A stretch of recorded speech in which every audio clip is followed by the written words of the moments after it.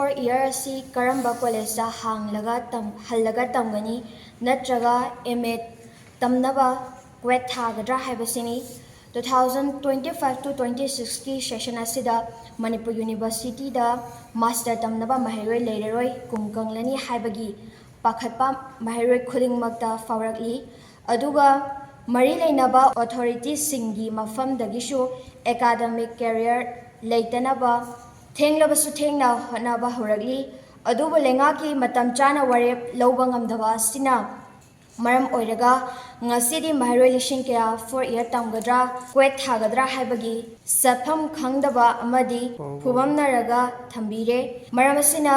lengangna 4 year tawgani haraga college kayada sheet kaya karamba subject ta tawgani haibadu mayek sengna athupada matamgi manungda habigadabani lengakna 4 year hangba ngamdo haragana mahiroi singda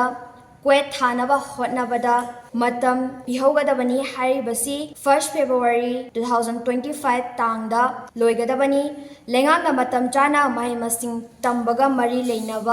leinabna paikhatpam thopa thabak paikhatabana mahimasing tambada achoba saitheng ama ori maramasina mairosing khallaga mathau taba thabak sing athubada paikhatpiduna mairosing career kangadabani college student union gi demand ahanbada lengakna NEP 2020 gi undergraduate ki aroiba sahi 4 year 7-8 semester hangani hangoi athubada mairosing mafamda khangangadabani anishubada lengakna matam sana thabak khatabana education da piba disturbance na maram oiraga mahiroi gi punsi manghanba yaroi